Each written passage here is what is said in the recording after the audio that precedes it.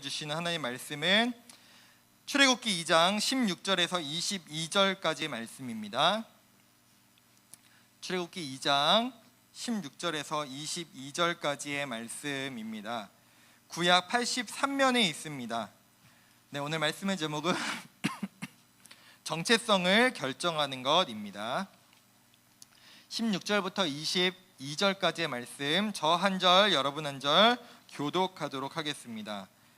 네, 제가 먼저 16절 읽겠습니다. 미디안 제사장에게 7딸이 있었더니 그들이 와서 물을 길어 구유에 채우고 그들의 아버지의 양떼에게 먹이려 하는데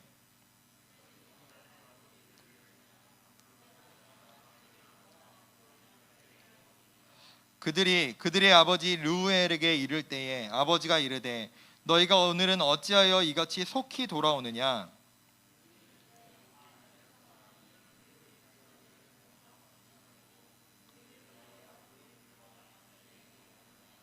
아버지가 딸들에게 이르되 그 사람이 어디에 있느냐. 너희가 어찌하여 그 사람을 버려두고 왔느냐. 그를 청하여 음식을 대접하라 하였더라.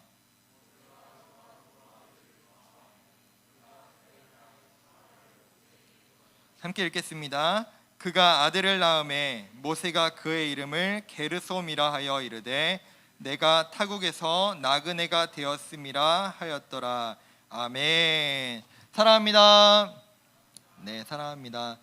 여러분, 이중국적이라는 걸 들어본 적이 있으시죠? 이중국적. 작년, 재작년까지만 해도 우리 고등부에 이중국적을 가진 친구가 한 명이 있었는데, 그래요. 국적이 두 개인 거죠. 대한민국의 국적과 또는 내가 태어난 나라, 그러니까 우리나라에서 태어난 게 아닌 거예요. 이제 해외에서 태어나가지고 그 나라의 국적도 가지고 있는 거죠.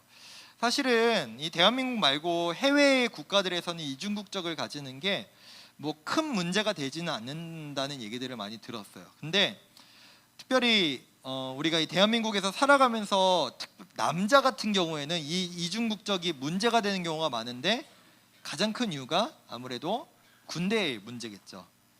그래가지고 결국에는 이제 한 국적을 포기해야 되는 일이 나중에 이제 성인이 되면 생기게 된다는데, 어쨌든 어떤 사람은 그 이중국적 때문에 자신의 정체성에 혼란을 느끼는 사람이 있는 사람들도 있을 겁니다. 여러분들에게는 한번 질문해 볼게요. 우리는 모두 대한민국 국민이고 또는 고향 시민이고, 또 어떤 친구들은 여기 있는지 모르겠지만 파주 시민인 친구들도 있을 거예요. 우리가 어디 지역에 속해 있는 걸 떠나서 우리는 또 다른 정체성이 있는데 바로 하나님의 자녀 또는 하나님의 사람, 그리스도인이라는 정체성을 가지고 있습니다. 근데 사실 이 그리스도인이라는 정체성을 우리는 가장 많이 느끼는 때가 언제냐면은 그나마 교회 와서 예배 드릴 때, 그래 내가 그래도 교회를 다니지, 내가 예배를 드리지, 내가 그리스도인이지 라고 그나마 정신 차리고 그것을 아는 때가 지금 이 시간 주일날 예배 드리는 이때라는 거예요. 그러면 바꿔 말해서 여러분들이 예배를 드리지 않는 한 주 내내를 돌아봤을 때 월, 화, 수, 목, 금, 토, 여러분들은 이때는 여러분의 정체성을 뭐라고 생각하고 살아가시나요? 여러분이 월, 화, 수, 목, 금, 토에도 나 하나님 믿는 사람이지, 나 예배 드리는 사람이지, 나 그리스도인이지 라는 정체성으로 혹시 살아가고 계신가요? 아마도 그런 친구는 많지 않을 것 같아요. 때로는 우리가 정체성이 가장 혼란을 느낄 때, 특별히 이 그리스도인이라는 것, 하나님의 사람이라는 정체성이 혼란을 가장 많이 느낄 때가 언제냐면은 은혜 받았을 때. 수련회 다녀온 지 얼마 안 돼서, 내가 분명히 수련회 가가지고 막 되게 오래됐죠. 수련회 우리가 제대로 간 지 오래됐는데 막 하나님 앞에 울면서 막 기도하고 회개하고 막 찬양했던 그때가 얼마 되지 않았을 때, 때로는 우리는 정체성이 혼란을 느낄 때가 있어. 나 그때 분명히 은혜 받았는데 지금 나의 모습은 이게 뭐지? 지금 나의 삶은 이게 뭐지? 내 지금 언어 패턴은 이게 뭐지? 라고 혼란을 느낄 때는 안타깝게도 은혜 받았을 때라는 거예요.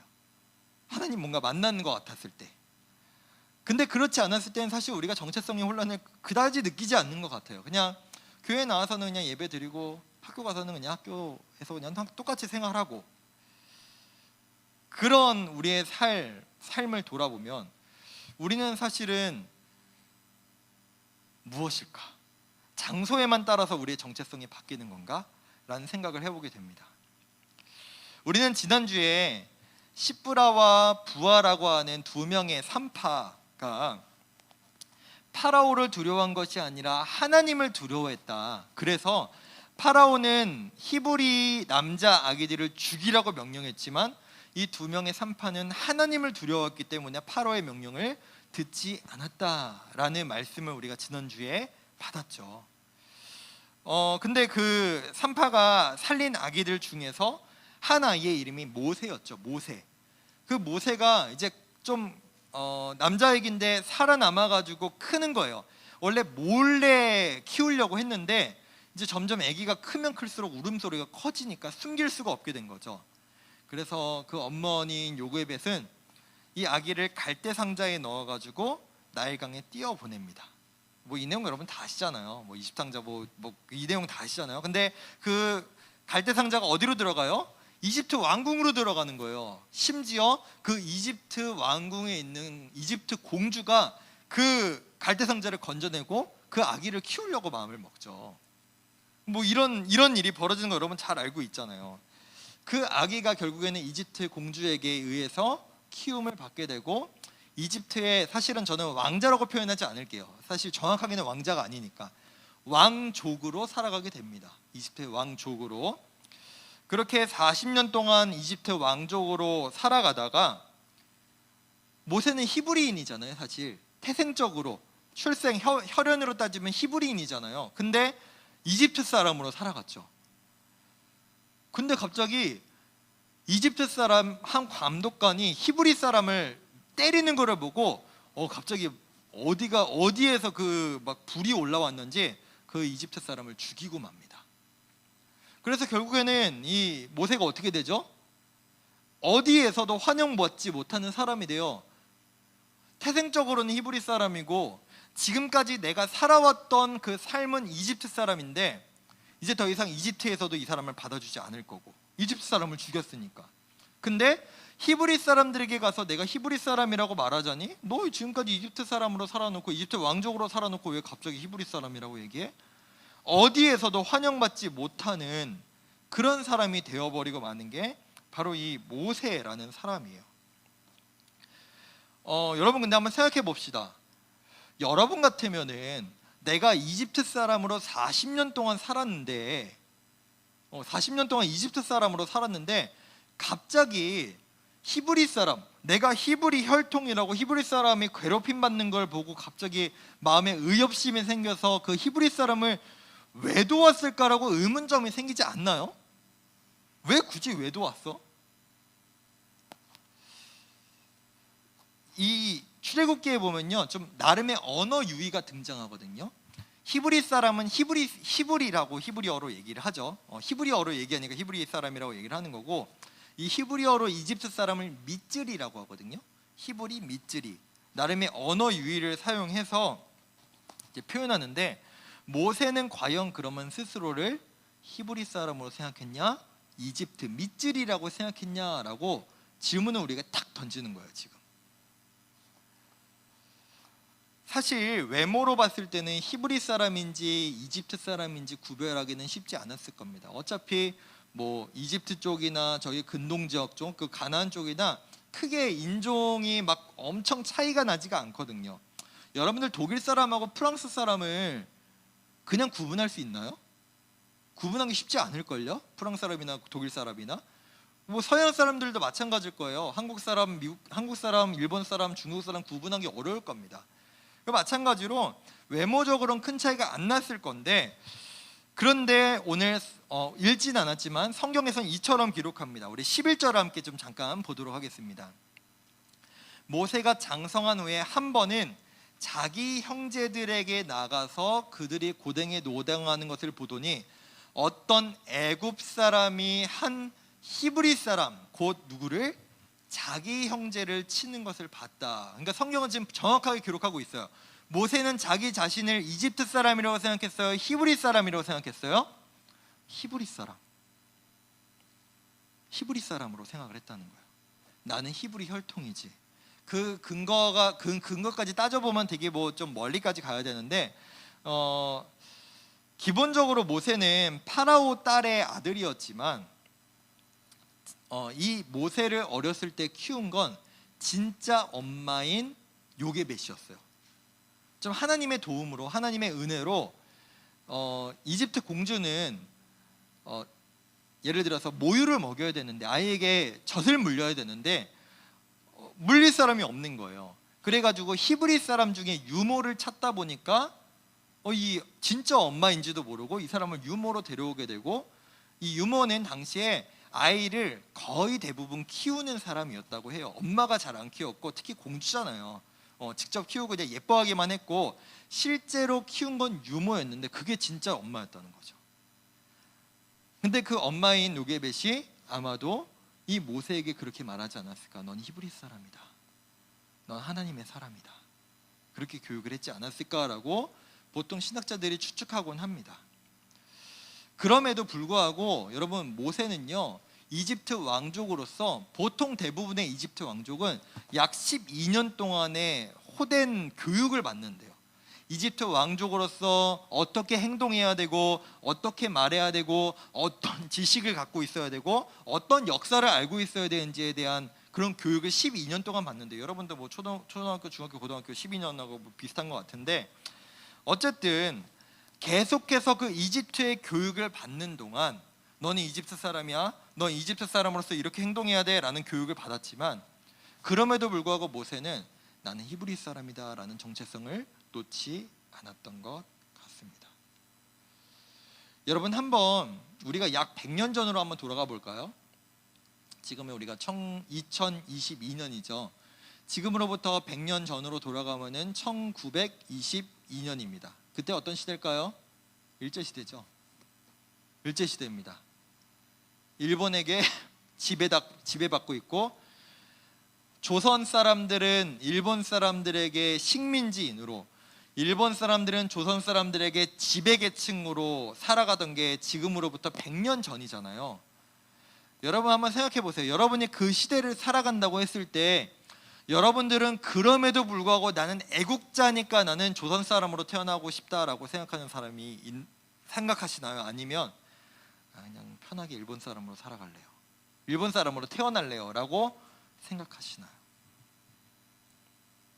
제가 여러분들에게 뭐 손을 들라고도 얘기 안 할 거고 대답하라고도 안 하겠지만, 많은 사람이 당시에 살아가면서 차라리 그냥 내가 일본 사람으로 태어났으면 편했을 텐데 라고 생각하지 않았을까요? 여러분들 그 사극들이나 또 영화나 드라마들 보면 아시잖아요. 여러분 미스터 선샤인 보셨어요? 전 제대로 안 봤어요. 거기에만 봐도, 전 제대로 안 봤으니까 모르겠지만 뻔하게 나오는 건 당연히 조선 사람이기 때문에 일본 사람들한테 무시당하고 핍박당하고 괴롭힘 나가는 게 뭐 당연히 많이 나왔을 거라고 저는 생각을 하거든요. 그런데도 불구하고, 내가 그걸 알매도 불구하고 난 그래도 조선 사람으로 태어나겠다라고 하는 사람이 얼마나 됐을까요, 사실? 실제로 많은 조선 사람들이, 많은 우리나라 사람들이 창씨개명을 하고 일본 당시 말로 천황의 신민으로 살아가겠다라고 굴복했죠. 내가 일본 사람으로 태어난 건 아니지만 난 앞으로 일본 사람으로 살아가겠다라고 그렇게 결정한 사람들이 많잖아요. 머리도 자르고 이름도 바꾸고. 왜요? 그렇게 하지 않으면 너무 인생이 힘드니까, 삶이 어려우니까. 아마 모세도 그 히브리 사람과 이집트 사람이라는 그 중간에서 어디에도 속하지 못하고 어디에도 환영받지 못하고 결국에는 히브리 사람들로부터도 이집트로부터도 떠나게 됩니다. 그게 바로 떠나고 나서의 내용이 우리가 오늘 읽은 성경의 내용이거든요. 그리고 나서 그는 한 번도 가지 못한 미디안이라는 지역을 가게 돼요. 이 미디안 지역에 가서, 모세는 좀 제가 봤을 때는 오지랖이 넓은 사람인 것 같아요. 왜냐하면 히브리 사람 괴롭힘 당하는 거 도와줬다가 사람 죽이고, 지금 여기에서도 어떤 일을 하냐면 미디안 여인들 7 자매가 양떼들에게 물을 먹이러 우물로 왔는데 거기 갔더니 남자들이 여인들을 괴롭히는 거예요. 당시의 여인들은 남성들에게 되게 무시받는 존재였으니까 괴롭히는, 우리가 먼저 물 먹이러 왔어, 너희 저리 가, 아마 이런 괴롭힘을 받지 않았을까 싶은데 그때 모세가 그 여인들을 도와주죠. 오지랖을 부려서 도와주고 심지어 양떼들 물 먹이는 것까지 도와줘요. 그래서 평소보다 아마 이 7자매가 양떼들한테 물을 먹이는 게 시간이 더 빨랐나 봐요. 시간을 많이 아꼈나 봐요. 그래서 집에 돌아갔더니 이 딸들의 아버지이자 미디안의 족장이었던 이 르우엘이라는 사람이 딸들에게 물어보죠. 야, 너는 어떻게 이렇게 빨리 먹었냐, 물을? 그때 얘기하는 거야. 어떤 한 남자가 우리 도와줬다. 그랬더니 19절에서 여인들이 근데 그 여인에 대해서, 그 남자에 대해서 이렇게 대답합니다. 우리 19절의 말씀을 보겠습니다. 그들이 이르되 한 누가? 애굽 사람이 우리를 목자들의 손에서 건져내고 우리를 위하여 물을 길어 양떼에게 먹였나이다. 여인들이 보기에는요, 이 모세는요 그냥 이집트 사람인 거예요. 이집트 사람, 히브리 사람이 아니에요. 겉모습을 봤을 때 이집트 사람이죠. 모세는 이미 나 자신을 난 앞으로 히브리 사람으로 살아갈 거야 라고 결정하고 자기 형제라고 기록하잖아요. 자기 형제들인 히브리 사람을 도와서 이집트 사람을 죽이죠. 근데 정작 제3자들이 보기에는 모세는 여전히 이집트 사람이었다는 거죠. 여러분, 이 정도 되면 정체성의 혼란을 느끼지 않을까요? 나는 이집트 사람인가 히브리 사람인가? 나는 내 내면으로는 분명히 히브리 사람으로 살아가기로 결정을 했는데 사람들은 나를 이집트 사람으로 보네. 혼란스럽지 않았을까요? 이런 상황에서 모세는 자기 자신을 어떻게 생각했을까요? 그가 결국에는 뭐 옛날 이야기들처럼 이 르우엘의 첫째 딸인 십보라라는 여인하고 결혼을 하게 되는데, 그러고 나서 아들을 낳습니다. 그때 모세의 심정이 어땠는지 22절에서 기록하고 있는데 우리 22절 함께 읽어보겠습니다. 그가 아들을 낳음에 모세가 그의 이름을 게르솜이라 하여 이르되 내가 타국에서 나그네가 되었음이라 하였더라 라고 기록합니다. 난 뭐라고요? 나그네다. 나그네는 어떤 사람인가요? 그 어디에도 속하지 못한 사람, 그냥 떠돌아다니는 사람. 히브리인이면 히브리인이고 이집트인이면 이집트인이어야 되는데 난 그 어디에도 속하지 못한 사람. 그리고 이 게르솜이라는 이름의 뜻이 사실은 나그네라는 뜻과 동시에 쫓겨나다라는 뜻도 갖고 있대요. 쫓겨나다. 나는 히브리 사람들로부터 쫓겨나고 이집트 사람들로부터 쫓겨난 나는 그런 사람이야. 난 내가 누군지 모르겠어. 라고 하는 상황, 나는 나그네다라고 말합니다. 제가 처음에 여러분들에게 이중국적도 말씀드리고 우리의 정체성에 대해서 여러분들에게 좀 말씀을 드렸어요. 근데 사실 우리도 이 정체성에 관련해서 우리도 모세와 비슷한 생각을 할 때가 좀 많은 것 같아요. 여러분 자신을 나는 그리스도인이야, 나는 하나님의 사람이야 라고 생각하는 그때 그 행동은 언제 그 기준을 두고 여러분은 스스로를 정의하나요? 난 그래도 예수님 믿는 사람이지, 나 그래도 그리스도인이지, 나 그래도 하나님의 사람이지, 나 그래도 기독교인이지 라고 하는 그 기준이 여러분 어디로부터 나오나요? 예배요? 지금 예배 드리고 있는 여러분의 지금 이 위치, 교회에 있으니까 여러분 기독교인인가요? 또는 세례나 입교를 받았기 때문에, 유아 세례 받았기 때문에 나 기독교인이다 라고 생각하시나요? 저는 여러분들이 나름대로 내가 기독교인이라는 정체성을 지키기 위해서 나름의 노력을 하고 있다고 생각합니다.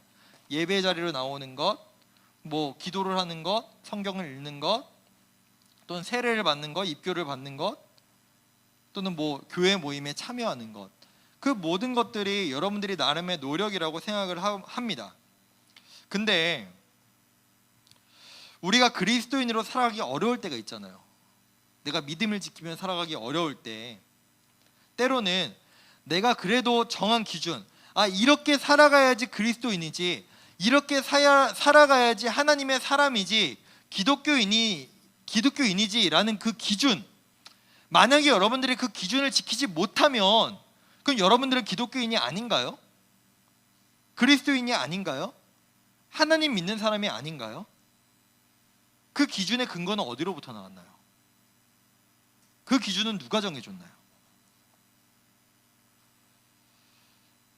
우리는 너무나 쉽게 그 기준 때문에 내가 정해놓은, 아니면 때로는 타인이 정해놓은 그 기준 때문에, 야 이래야지 그리스도인이지, 야 이래야 하나님 믿는 사람이지, 야 이래야지 구원받은 사람이지 라는 그 나름의 어떤 사람이 만든 기준 때문에 여러분은 언젠가는 스스로 나 자신을 나 그리스도 아닌 것 같아, 나 구원 못 받은 것 같아, 나 하나님의 사람이 아닌 것 같은데 라고 생각할 때도 너무나 많죠. 마치 모세처럼 뭔가 내가 예배드리고 은혜 받고 수련회 가고 교회 모임 나오면은 그리스도인이고, 그것을 못 지키면은 나 그리스도인 아닌가? 나 하나님 믿는 사람 아닌가? 나 기독교인 아닌가? 그 왔다 갔다 하는 그 중간에서 때로는 내가 나그네가 될 때가 있다니까요. 그리스도인도 아니고 그리스도인일 때도 있고. 여러분 질문해 보겠습니다. 우리가 그리스도인으로 살아가는 것이 그저 어떤 기준, 투두리스트를 정해놓고 이거 하고 헌금하고 예배드리고 세례받고 또는 수련회 가고 제자훈련 받고 또는 기도 몇 시간 이상 하고 성경 몇 분 이상 읽고 또 뭐 이런 기준들을 정해놓고 이 기준들을 지키면 그리스도인이고 못 지키면 그리스도인이 아닌가요? 또 다른 기준, 예배를 1년에 몇 번 이상 드리면 기독교인이에요? 또 다른 기준, 동성애를 강력하게 반대하면 그 사람은 그리스도인이 맞나요? 술, 담배 안 하면 그 사람은 그리스도인 되는 거 맞나요? 여러분, 우리가 그렇게 살아가면은 우리의 삶이 우리의 뜻대로 내 생각한 대로 잘 되나요? 우리가 그저 예배 마치고 내가 점심으로 싸이버거를 먹을지 아니면 그 옆에 있는 롯데리아 가서 먹을지 이거 결정하는 것을 하나님께 맡기는 거, 그게 그리스도인인가요? 아니요, 그 정도는 여러분이 결정해도 돼요. 싸이버거를 먹든 불고기 버거를 먹든 그 정도 여러분이 결정해도 괜찮아요. 그거 결정하는 거 하나님께 안 맡긴다고 그리스도인 되고 안 되고 아닙니다. 여러분, 내 인생 내 뜻대로 될 때가 있고 안 될 때가, 아니 오히려 안 될 때가 훨씬 많죠. 내 인생도 내 뜻대로 정해지지도 않고 내 뜻대로 뭔가 되지도 않는데 내 정체성을 여러 번 내가 내 기준을 삼는다고 다 되나요?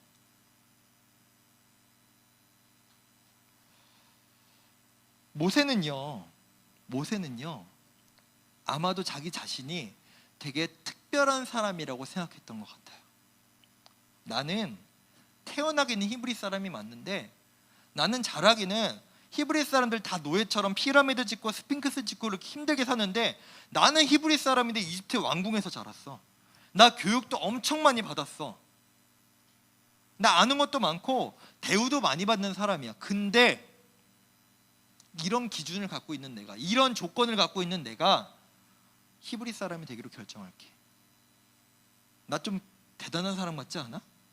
아마 그런 마음으로 이집트 사람 죽이고 히브리 사람들에게 야, 나 이런 사람이야, 앞으로 나를 따라라고 하는 마음이 있었을 수도 있었을 것 같아요. 근데 정작 히브리 사람들은 안 따라줘요. 너 뭐야? 네가 뭔데 우리의 지도자가 되려고 해? 너가 뭔데 우리의 재판관이 되려고 해? 라고 하면 내쫓아버려요. 모세의 뜻대로 되는 게 아무것도 없습니다.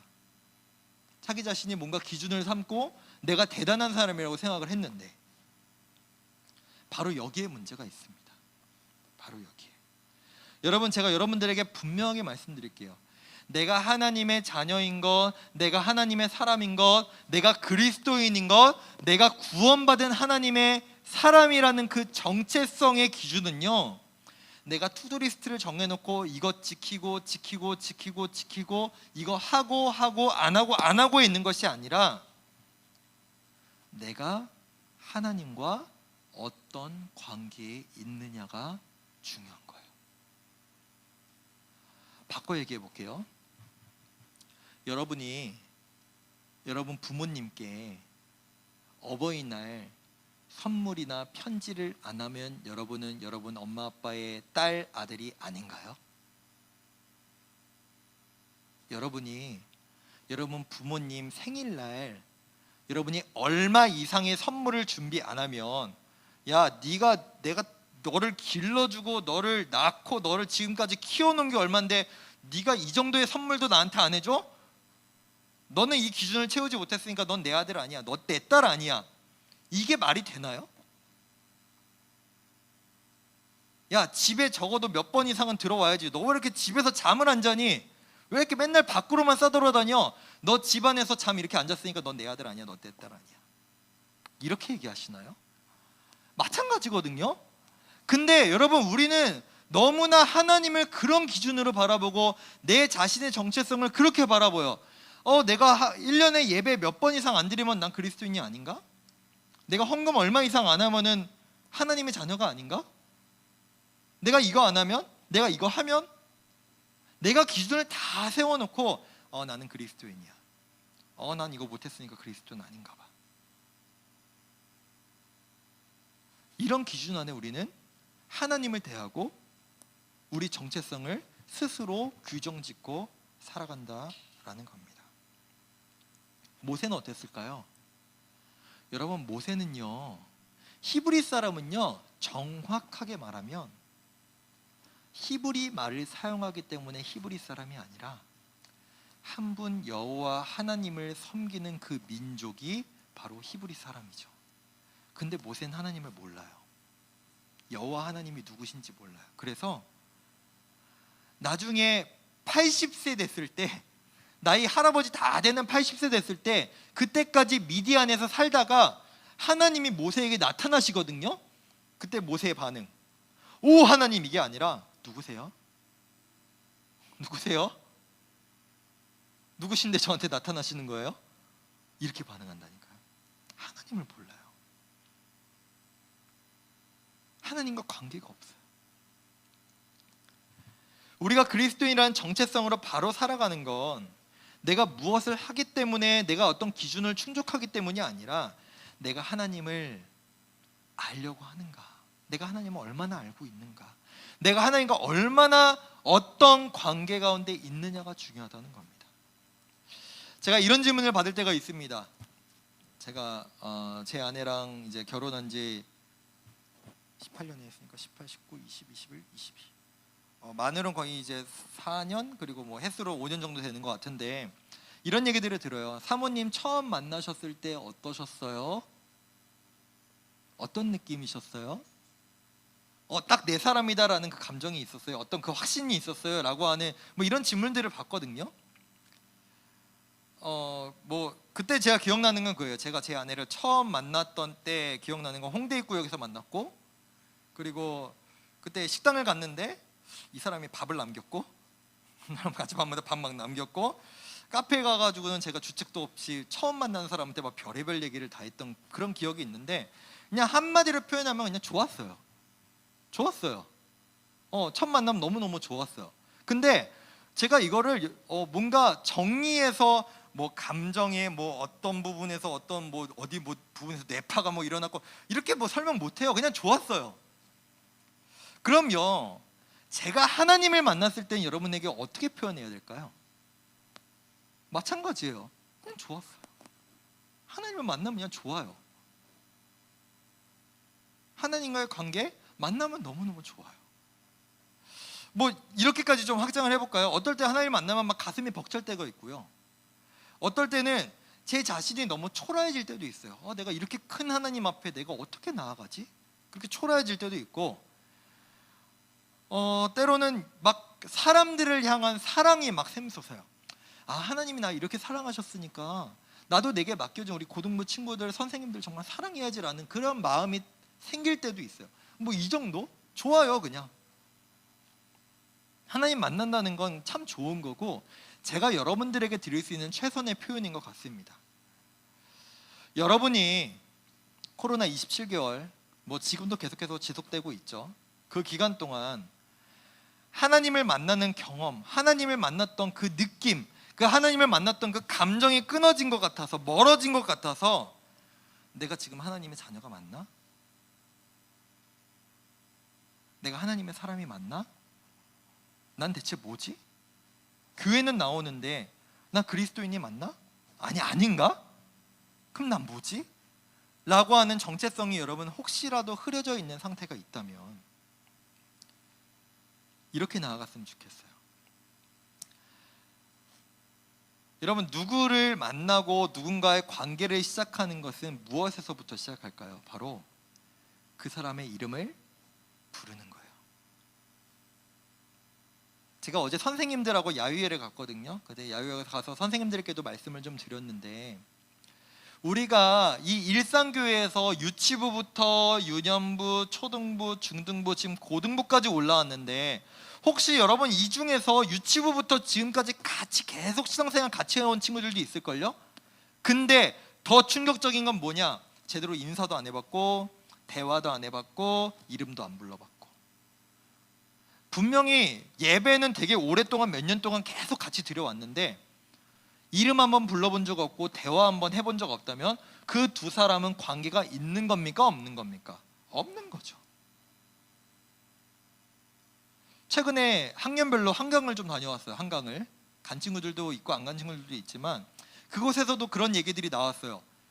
고등부에서 같이 예배는 드리는데 한 번도 대화 나눠본 적도 없고 이름도 몰랐던 애들. 근데 한강 가서 돗자리 펴놓고 거기에서 처음 이름 불러보고 대화 나눠보고 게임하고 그때 관계가 시작되는 거죠. 그때. 그럼 하나님과의 관계는 어때요?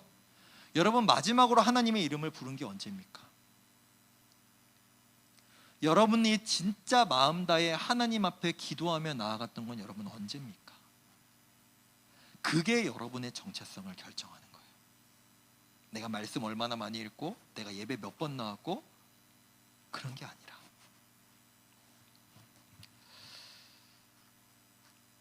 오늘 우리가 처음 보기 시작한 이 창세기 히브리어의 이름은, 우리가 올해 처음 읽기 시작한 창세기 성경의 이름은 시작입니다. 히브리어로.